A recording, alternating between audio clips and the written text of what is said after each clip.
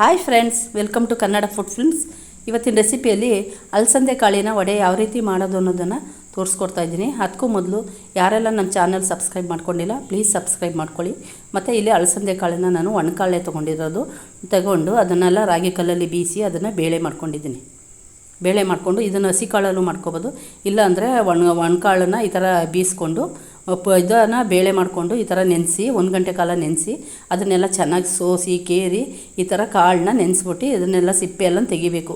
ತೆಗೆದು ಈ ಥರ ವೈಟಿಗೆ ಮಾಡ್ಕೋಬೇಕು. ಕಾಳನ್ನ ವೈಟಿಗೆ ಮಾಡಿಕೊಂಡು ನಾನಿಲ್ಲಿ ಒಂದು ಟೀ ಕುಡಿಯೋ ಗ್ಲಾಸಲ್ಲಿ ಒಂದು ಅರ್ಧ ಗ್ಲಾಸು ಉದ್ದಿನಬೇಳೆನೂ ಸೇರಿಸ್ಕೊಂಡು ಇದನ್ನು ಒಂದು ಗಂಟೆ ಕಾಲ ನೆನೆಸ್ಕೊಂಡು ಈಗ ನಾನು ಮಸಾಲೆ ಇಂಗ್ರೀಡಿಯೆಂಟ್ಸ್ ತೋರಿಸ್ತಾ ಇದ್ದೀನಿ.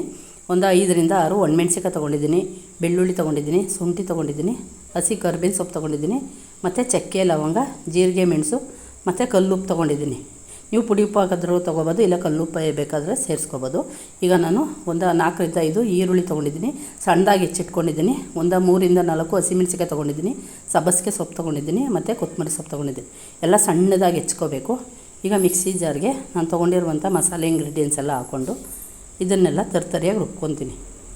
ನೀರು ಹಾಕ್ಬಾರ್ದು, ಇದನ್ನು ತರ್ತರಿಯಾಗಿ ರುಬ್ಕೊಂಡು ಈಗ ನೋಡಿ ಒಂದು ಸ್ವಲ್ಪ ಅರಿಶಿನ ಪುಡಿ ಸೇರಿಸ್ಕೊತಾ ಇದ್ದೀನಿ.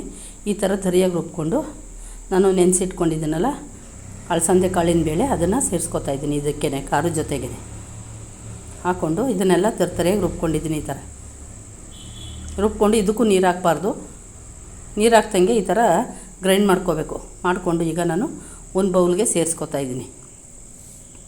ಸೇರಿಸ್ಕೊಂಡು ಉಳಿದಿರುವಂಥ ಕಾಳನ್ನೂ ಸಹ ಇದೇ ಥರ ರುಬ್ಕೊಳ್ಳಲ್ಲ, ಅದನ್ನು ನೈಸಾಗಿ ರುಬ್ಕೊತೀನಿ. ಉಳಿದಿರುವಂಥ ಕಾಳನ್ನೆಲ್ಲನೂ ನೈಸಾಗಿ ರುಬ್ಕೊಂಡು ನೀವು ಇದನ್ನು ಉದ್ದಿನ ವಡೆ ಥರನೂ ಮಾಡ್ಕೊಬೋದು, ಇಲ್ಲಾಂದರೆ ಈ ಥರ ಮಸಾಲೆ ವಡೆ ಥರನಾರು ಹಾಕ್ಕೊಬೋದು.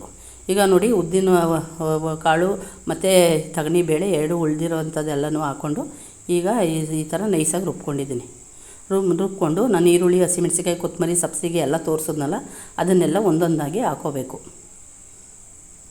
ಹಾಕ್ಕೊಂಡು ನಿಮಗೆ ಖಾರ ನೋಡಿ ಹಾಕ್ಕೊಳ್ಳಿ. ಯಾಕೆಂದರೆ ಮೆಣಸು ಹಾಕಿರೋದ್ರಿಂದ ಒಣಮೆಣ್ಸಿಕಾಯಿ, ಹಸಿಮೆಣ್ಸಿಕಾಯಿ ಎಲ್ಲ 3 ಥರ ಖಾರ ಬಿದ್ದಿರೋದ್ರಿಂದ ನೀವು ನೋಡಿ ಹಾಕ್ಕೊಳ್ಳಿ ಖಾರನ ಎಷ್ಟು ಬೇಕು ಅಂದಾಜು ಮೇಲೆ. ಈಗ ನಾನು ಎಲ್ಲ ಹಾಕಿರುವಂಥದ್ದನ್ನ ಕ್ಲೀನಾಗಿ ಇದನ್ನೆಲ್ಲ ಚೆನ್ನಾಗಿ ಮಿಕ್ಸ್ ಮಾಡ್ಕೋಬೇಕು.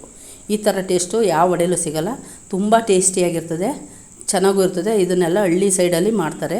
ಈಗ ಅಲಸಂದೆ ಕಾಳಿನ ಟೈಮ್ ಬಂದಾಗ ನಾವು ಈ ಥರ ಹಸಿ ಕಾಳಲ್ಲೂ ಸಹ ಮಾಡ್ಕೋಬೋದು.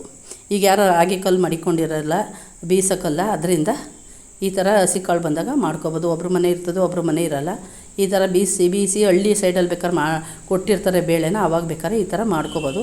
ಈಗ ನೋಡಿ ಚೆನ್ನಾಗಿ ಮಿಕ್ಸ್ ಆಗಿರುವಂಥದ್ದನ್ನ ನಾನು ಒಂದು ಕಾಟನ್ ಬಟ್ಟೆನ ಒದ್ದೆ ಮಾಡಿಕೊಂಡು ನಮಗೆ ಯಾವ ಸೈಜಲ್ಲಿ ಬೇಕು ವಡೆ ನೋಡಿ ಈ ಥರ ಒದ್ದೆ ಮಾಡ್ಕೋಬೇಕು. ಕಾಟನ್ ಬಟ್ಟೆನ ಒದ್ದೆ ಮಾಡಿಕೊಂಡು ಒಂದು ಮನೆ ಮೇಲೆ ಹಾಕ್ಕೊಂಡು ನಮಗೆ ದಪ್ಪ ಸೈಜಲ್ಲಿ ಬೇಕೋ ಇಲ್ಲ ಚಿಕ್ಕ ಸೈಜಲ್ಲಿ ಬೇಕೋ ನೋಡಿಕೊಂಡು ಉಂಡೆ ಹಾಕ್ಕೊಂಡು ನಾನಿಲ್ಲಿ ಮೀಡಿಯಮ್ ಸೈಜಲ್ಲೇ ಉಂಡೆ ಹಾಕೋತಾ ಇದ್ದೀನಿ. ಯಾಕೆಂದರೆ ನಾನು ಜಾಸ್ತಿ ದೊಡ್ಡ ಸೈಜನ್ನು ವಡೆ ಮಾಡ್ತಾಯಿಲ್ಲ, ಚಿಕ್ಕ ಸೈಜಲ್ಲೇ ಈ ಥರ ತಟ್ಕೊತಾ ಇದ್ದೀನಿ. ನೋಡಿ ನಾನು ತೂತು ವಡೆ ಮಾಡ್ತಾಯಿದ್ದೀನಿ. ನಿಮ್ಗೆ ಯಾವ ಥರ ಆಕಾರ ಬೇಕೋ ಆ ಥರ ನೀವು ತಟ್ಕೋಬೋದು. ನೋಡಿ ಈಗ ಆಗಿದೆ. ಎಣ್ಣೆ ಬಿಸಿಗೆ ಇಟ್ಕೊಂಡಿದ್ದೀನಿ ಬಾಣಲಿಲಿ. ಈಗ ನಾನು ವಡೆನ ಎಣ್ಣೆಗೆ ಸೇರಿಸ್ಕೊಂಡು ನೀವು ಹಾಕಿದ ತಕ್ಷಣ ನೀವು ಉಲ್ಟಾ ಮಾಡಿ ಬೇಯಿಸೋಕ್ಕೆ ಹೋಗಬೇಡಿ. ಯಾಕೆಂದರೆ ಮುರಿದೋಯ್ತದೆ ವಡೆ, ಕಟ್ಟಾಯ್ತದೆ. ಅದರಿಂದ ಒಂದು ಸ್ವಲ್ಪ ಎಲ್ಲ ಚೆನ್ನಾಗಿ ಬ್ರೌನ್ ಕಲರ್ ಬರೋವರೆಗೂ ನೀವು ಅದನ್ನು ಉಲ್ಟಾ ಮಾಡಬೇಡಿ. ನೋಡಿ ಈಗ ಈ ಥರ ಉಲ್ಟಾ ಮಾಡಿ ಬೇಯಿಸ್ಕೋಬೇಕು ನಾವು. ಟೇಸ್ಟ್ ಮಾತ್ರ ಅದ್ಭುತವಾಗಿರ್ತದೆ. ಟೇಸ್ಟಲ್ಲೇನು ವ್ಯತ್ಯಾಸ ಇಲ್ಲ, ಸಖತ್ತಾಗಿರ್ತದೆ. ಈ ಕಾಳು ಅಲಸಂದೆ ಕಾಳು 2 ಥರ ಬರ್ತದೆ, ವೈಟು ಮತ್ತು ಕೆಂಪು 2 ಥರ ಕಲರು. ಟೇಸ್ಟ್ ಮಾತ್ರ ಒಂದೇ ರೀತಿ ಬರ್ತದೆ. ಯಾವ ಕಾಳಲ್ಲಿ ಮಾಡಿದ್ರೆ ತುಂಬ ಚೆನ್ನಾಗಿರ್ತದೆ, ಕ್ರಿಸ್ಪಿಯಾಗಿರ್ತದೆ. ಒಂದು ಸರಿ ಟ್ರೈ ಮಾಡಿ ನೋಡಿ, ನಾನು ಮಾಡಿರುವಂಥ ಮೆಥಡಲ್ಲೇ. ಈಗ ನೋಡಿ ಈ ಥರ ಬೇಯಿಸ್ಕೊಬೇಕು ನಾವು, ಉಲ್ಟಾ ಮಾಡಿ ಬೇಯಿಸಿ.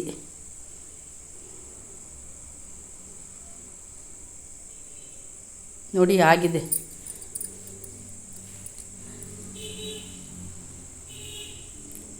ಆಗಿರುವಂಥದ್ದನ್ನ ಒಂದು ಪ್ಲೇಟ್ಗೆ ನಾನು ಸಪ್ರೇಟ್ ಮಾಡ್ಕೊತಾ ಇದ್ದೀನಿ. ಮಾಡಿಕೊಂಡು ತುಂಬ ಕ್ರಿಸ್ಪಿಯಾಗಿರ್ತದೆ ವಡೆ. ಇದನ್ನು ಬಿಸಿ ನೀರು ತಿಂದ್ರಂತೂ ತುಂಬ ಅದ್ಭುತವಾಗಿರ್ತದೆ. ಟೀ ಜೊತೆ, ಕಾಫಿ ಜೊತೆ, ಈ ಚಳಿಗಾಲದಲ್ಲಿ. ಮತ್ತು ಈಗ ನಾವು ಊಟಕ್ಕೆ ಯಾರಾದ್ರು ದಿಢೀರಂತ ನೆಂಟರು ಬಂದಾಗ ಈಗ ಸಡನ್ನಾಗಿ ಮಾಡುವಂಥದ್ದು ವಡೆ.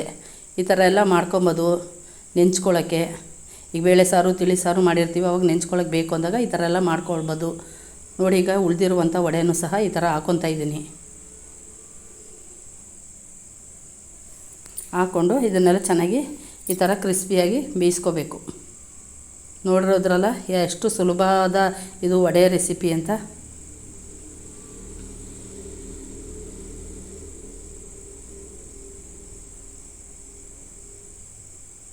ಹೀಗಾಗಿರುವಂಥದ್ದನ್ನ ನಾನು ತೆಕ್ಕೋತಾ ಇದ್ದೀನಿ.